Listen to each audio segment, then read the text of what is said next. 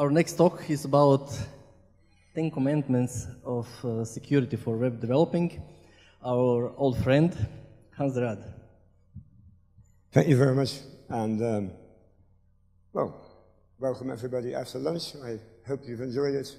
And as you are probably now entering a state that the Germans describe as fresh coma, I hope I will be able to pull you out of it and keep you all awake.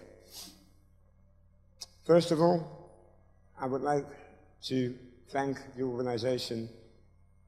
Every one of you, you're awesome, because this is one of the nicer conferences I go to, and I do attend a lot of conferences. I speak a lot at conferences, and every time coming back here feels like a warm bath.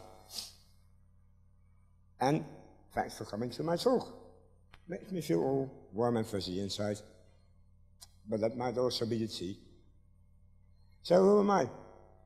I own a company. Last year I had the pleasure of blabbing on for half an hour about what my company does. It's basically a freelance consultancy company. I don't have personnel, and that's by choice. I work with other freelancers like Robin Edgar, who is sitting over there, who will be doing a very interesting talk about network schizophrenia in IP Route 2. You have to see that, trust me. And you're welcome, dude. As long as you promote my talk as well, then we'll just be happy. So, basically, this is what I do, or at least it's part of what I do, because my business model is based on the fact that I want to do whatever the hell I like, what I'm interested in, and for which I get paid. So basically, I have the oldest profession in the world. I like cats. This is my little helper, Kelvin, who, as you can see, is helping me getting distracted from my actual work. I like old-timers.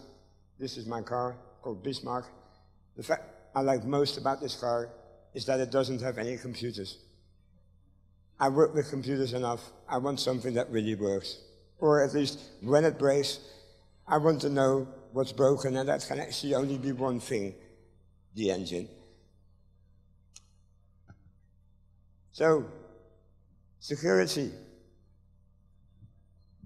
Security is a bit of a container concept, because a lot of aspects can fall under it. Risk management, putting controls in place, implementing compliance methods, tooling, firewalls, all kinds of stuff go under the domain of security.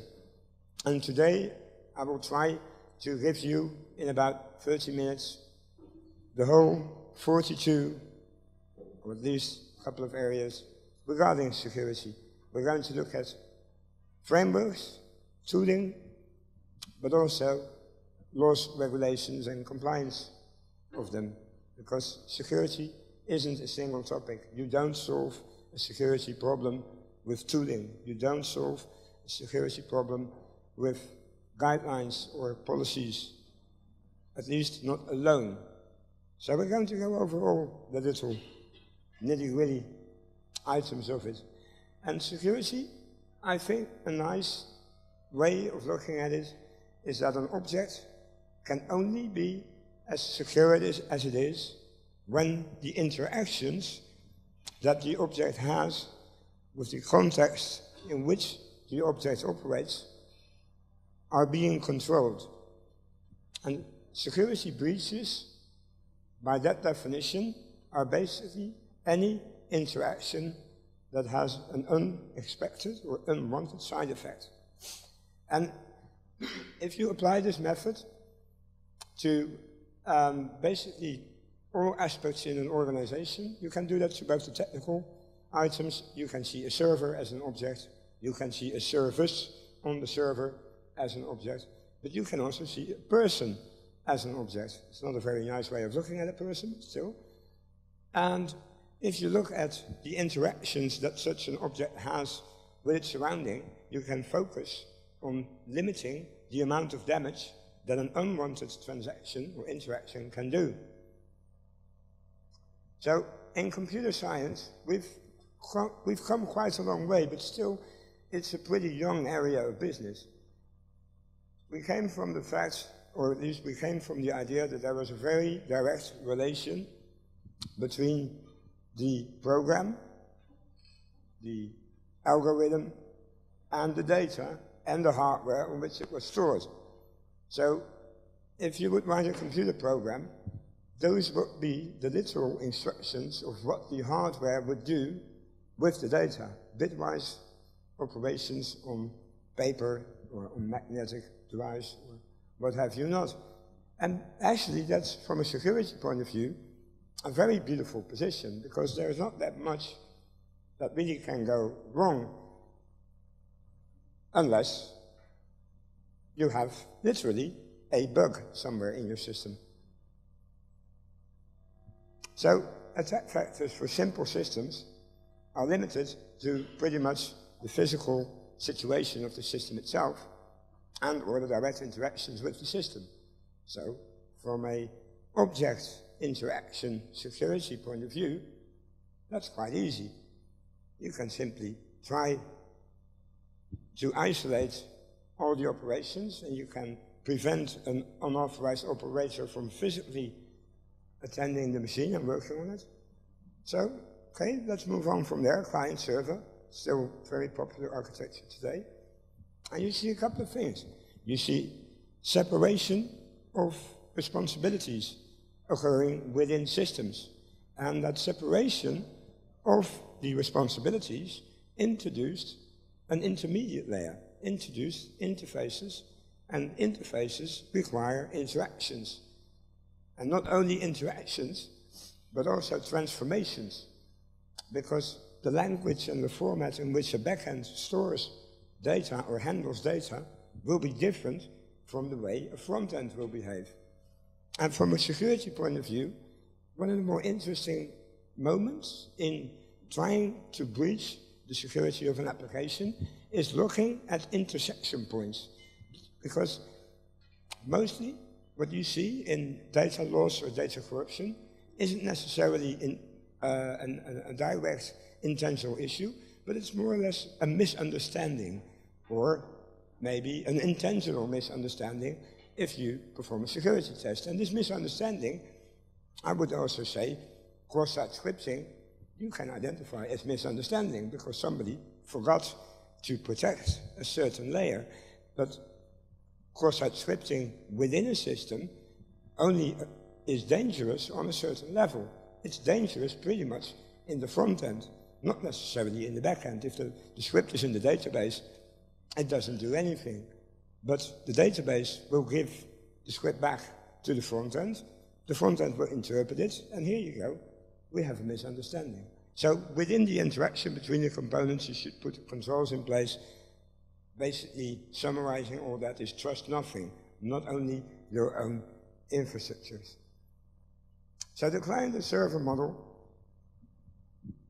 has pretty much the following attack vectors. And if you start with the old mainframe attack vector, which was relatively simple, was isolated, it was hardware dependent, operator dependent. And if you look at the client server, you can add these to it. And well, for the sake of reasons, I've added a nice little happy picture there. And then we have more models, like 3-tier model, which basically is a layered cake. And between the layered cake here, you have the whipped cream. And if you think about the whipped cream analogy, and I hope you had a nice lunch and a nice dessert, or by now if you're looking at the chocolate, you're craving for chocolate, at least I am. If you look at the intersection points, you see that the cake is glued together with the intersection points. But just as in food, these intersection points have their own characteristics. Whipped cream will go sour faster than the cake layers in the application itself. And also because your backend, your SQL backend usually, or your NoSQL backend, has a different way of communication than you have with your front end, you have transformations in there. And those transformations and those interfaces are really interesting to work at. So now we have interfaces between the client and the application server. And we have interactions between the application server and the data storage server. And we have web services, and we have all kinds of other components. And then we have microservices, which basically is trying to secure a swarm of bees. Because how the hell are you going to secure components that are all around the globe, all around the internet? How do you do that? Well, by focusing on the interactions and the data that goes back and forth in the interactions, and make sure that you define the expected result of a certain operation, limiting the risk, limiting the idea. And one of the things that I personally love about modern frameworks as a security consulting point of view is the fact that dependency management, in the eyes of most web developers that I come across, is a race of who can introduce the most dependencies in an application.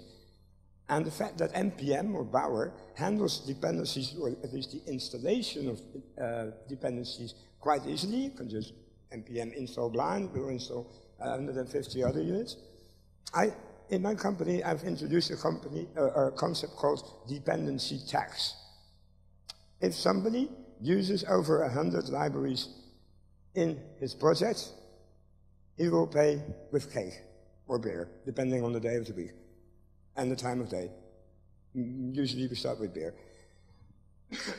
But if you look at dependency management, and even if you got all the little sysadmin details right, because dependencies can be installed easily, they're controlled by Bower, NPM, zipper, or whatever yum type of thing you use, and then what? You need to do regular checkups if the libraries and the components that you use themselves are still current. Because, and I've looked this up recently, over 90% of all the projects entered on GitHub, and I don't mean just the bogus empty entries, no, but the projects with actual code, a couple of hundred lines of code or more, over 90% is abandoned after 1 year. So, just imagine what happens with your application if you have a myriad of dependencies, who by itself also have dependencies, but you have dependencies on dependencies, and all right, you get the picture. So, to me, if you want to secure that, it's like securing something against a hail gun. And basically what that means is hoping you don't get shot. So minimizing risk, minimizing interaction, also means looking at your application architecture, means reducing the amount of dependencies you have. And of course, there's always a balance between reusable components, the usage of reusable components, versus reducing the amount of dependencies. And that's why I have this concept called a dependency tax, which is not an actual rule of law, but it forces you as a developer to think about this little dependency. What is it? Is it a single little library? Is it one script? Or do I just use one function of an entire humongous elephant framework behind it? And then what? Maybe, in some points, using other people's code, you should only take inspiration from the code and write it yourself, so you can actually maintain it yourself. So, identifying a couple of things in your application, and in your architecture, and in your organization. Object interactions, attack factors, and attack factors are basically any interaction or any opening in an interaction that can be potentially misused. Also determine what are the necessary interactions, because security is not building a fortress around something, no, it's allowing the right things and blocking everything else. Whitelisted security, not blacklisted. That's a bit of an interesting concept. And always determine what the least possible authorizations are for an object to work. And especially web developer, and now we're in the age of DevOps, especially with, like I mentioned earlier, NPM and Bower and all kinds of other mix and match stuff. It's so easy to install a zillion of libraries and everything and just have it run as root, because then it works. No. And also, if you use an application, or if you build an application for multiple components within an application, like an OSSQL backend like CouchDB or whatnot, and then an application server like Node.js or that beautiful Elixir thing that this Aaron Salo type talks about this morning, which I also very much like, by the way. It's about securing those by themselves as well. Don't run everything as the same user. Have a different user, different authorization for your backend, your front end, your middleware, your everything. And yes, this is a bit of work to set up, but then in the end you will benefit from it, because also if you set up everything independently, it also helps you upgrading everything independently and maintaining everything independently. So secure development, I'm going to go over the compliance stuff a bit faster because, well, it's after lunch and I don't want you all to doze off. But there's quite a number of frameworks you might be able, or you might want to take a look at, to take inspiration from. I love the fact that in security, the default idea is to share, at least the usual default idea between professionals is to share information, not keep it to yourself. Every security tool worth its salt is open source. And why is that? Well, to be honest, not only because we want to share information, but also because I don't trust my neighbor as far as I can throw him. Because if I want to use a tool by somebody else and I don't know what the bloody tool does, especially in security testing, I might be inclined not to use the tool. So these are two standards that you will come across all the time, and for me, these standards usually occur when a software system is being procured by an organization and the procurement officer has this nice little checklist and has to check a couple of boxes. For actual security implementations, have a look at the web page and have a look at the areas on which the ISO standard focuses, so that you have an idea how the combination between technical and organizational controls how that works. But don't read it all, because literally reading the Lord of the Rings backward is more interesting. OWASP. And probably if you hear the 10 commandments, then you'll think, well, he's going to go into the OWASP top 10. Oh yeah, I was planning on doing that, but I thought, no, let's be surprising. Let's do something else. Because especially the OWASP top 10, you all know by heart, right? I mean, if I were to ask an individual, one of you, to name all the 10 items in the OWASP top 10, you'd be able to do that blindfolded and backwards. No time at all, right? It's very silent now. But have a look at the OWASP website in general, not only at the top 10, because they have the application security guide, they have the review guide, and these materials really help you in how to get an image of how to audit an application and how to approach secure development in general. And like, well, let's say like Wikipedia, it's an open platform, so some articles are better thought out and some articles are more in detail than others, but in general, go over them and it will at least give you some inspiration. But I want to introduce one to you as well that I'm pretty sure that you haven't heard of. It's the OSSTMM, the Open Source Security Testing Methodology Manual. And if you are at a bar at around 2 o'clock and you want to test if you're sober, say Open Source Security Testing Methodology Manual 5 times in a row, and then you know if you're sober or not. The OSSTMM manual defines a scientifically solid method of establishing object interactions and the way an object can be influenced by its surrounding ecosystem. And I've taken a couple of the concepts, or at least the terminology, and I've put them in my presentation, and they're there, you can read them. I will put the presentation online, so afterwards you can look at them. But the very nice thing about OSSTMM is that it's not only a methodology, but it's also a glossary and a base level of actually readable security testing techniques. OSSTMM is a manual you can give to your manager. He will be able to read it, he or she will be able to read and understand it.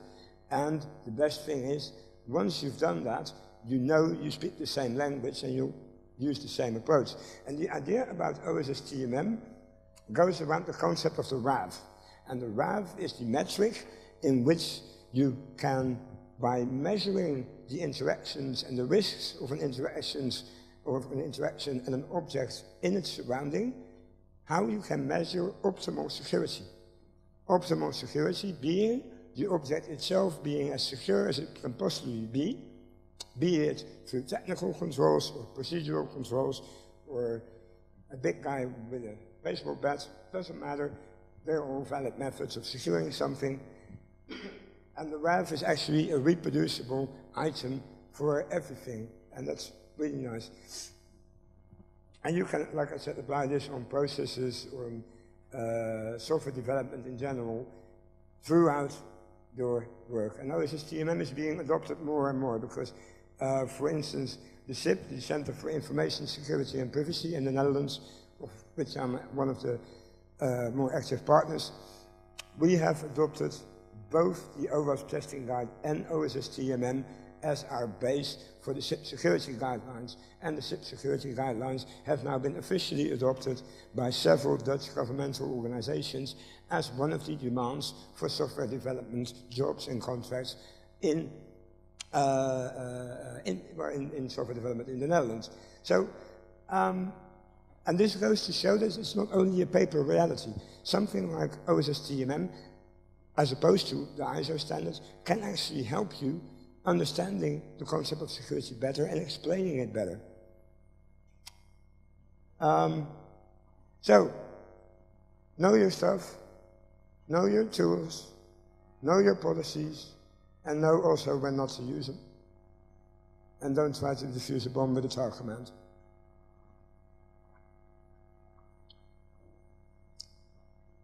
Let's look at tooling a little bit. Unfortunately, I can't do much of a live demo of tooling because of the reasons it's not my network, and well, some of the tools I will be showing will probably have a negative effect on the continuity of the network. So some of the tooling that I will name here, if you want to use them, create a couple of virtual machines on your laptop and try them first before you end up unintentionally taking down the network of your company, because your boss might not like that. Tools, Firefox. I love Firefox. And what the hell does Firefox have to do with security? Well, one of the first things you do in a security audit is reconnaissance. You start poking around, you start trying different bits and pieces of an application, you try to make an inventory of the APIs that an application exposes, and especially with nowadays web applications with no SQL backends, in the security world, we call no SQL, no authorization, because most of the no SQL backends are simply public REST services, and most of the times the user management around that is non-existent, which is really nice. And you can do stuff with template data and live HTTP headers, and you can wipe out entire databases before anybody knows it. Awesome. Wireshark, also for reconnaissance, see what's going on, try to get as close to a network router or switch as possible, try to hook into any kind of wall, see what goes on the network and try to identify the servers. Nmap is also your friend.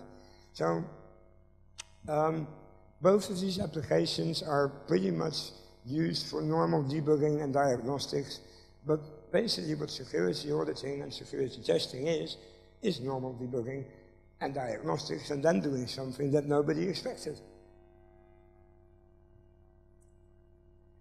OWASP ZAP, who's heard of it?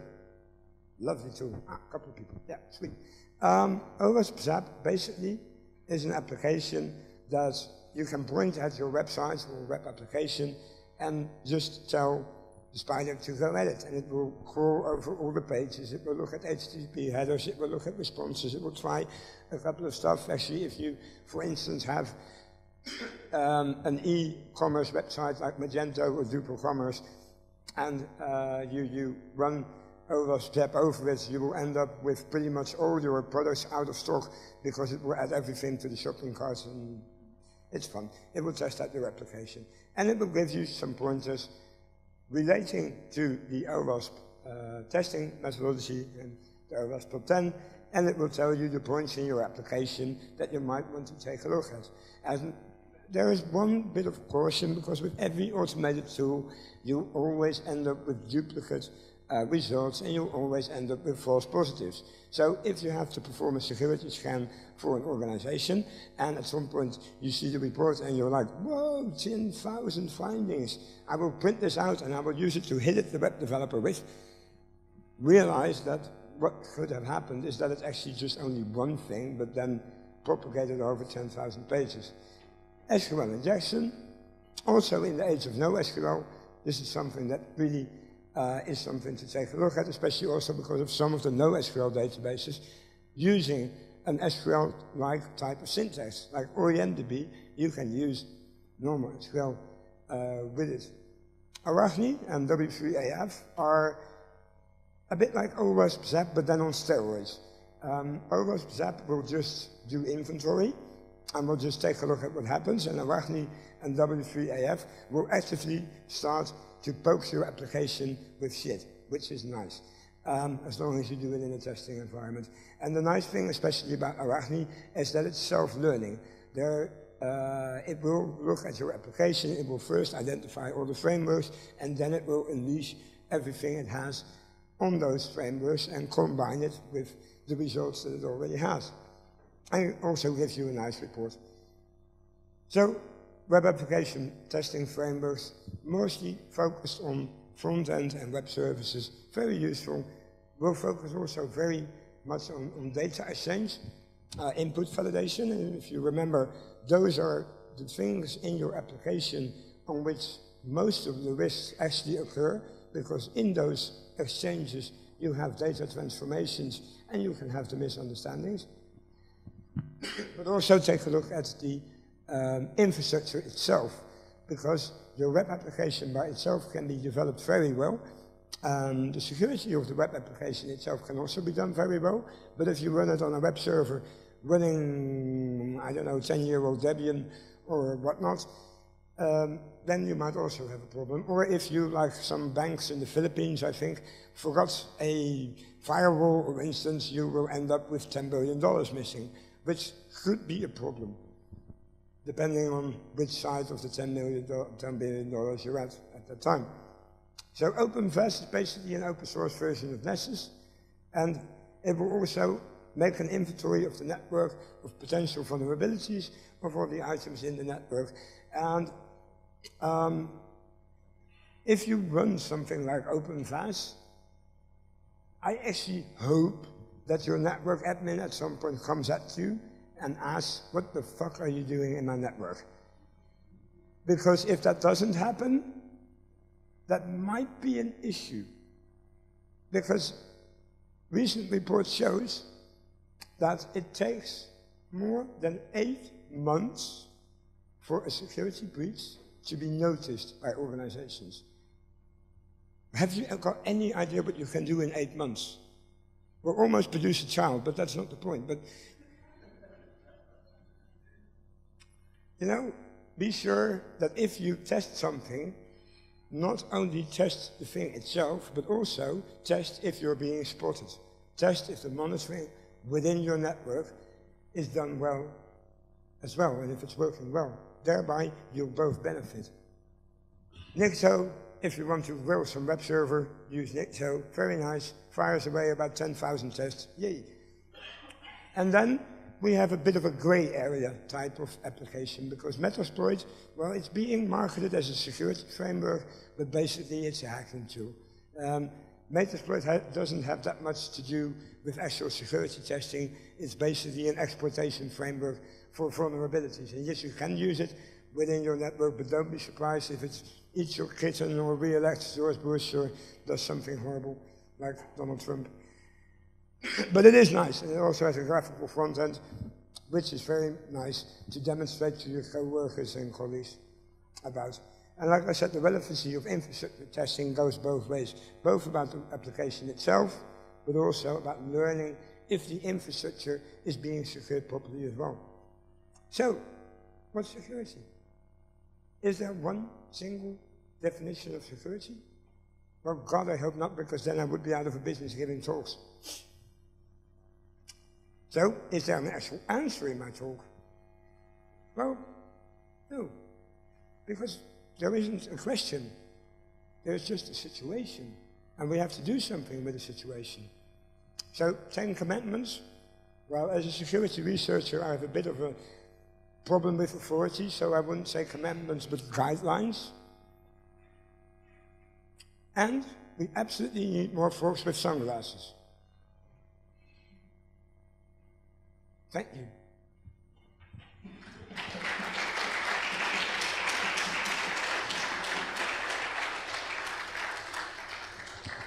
Awesome, as usual. We have time for questions, of course. Any questions? No? Maybe you misunderstand me when I said there isn't a question.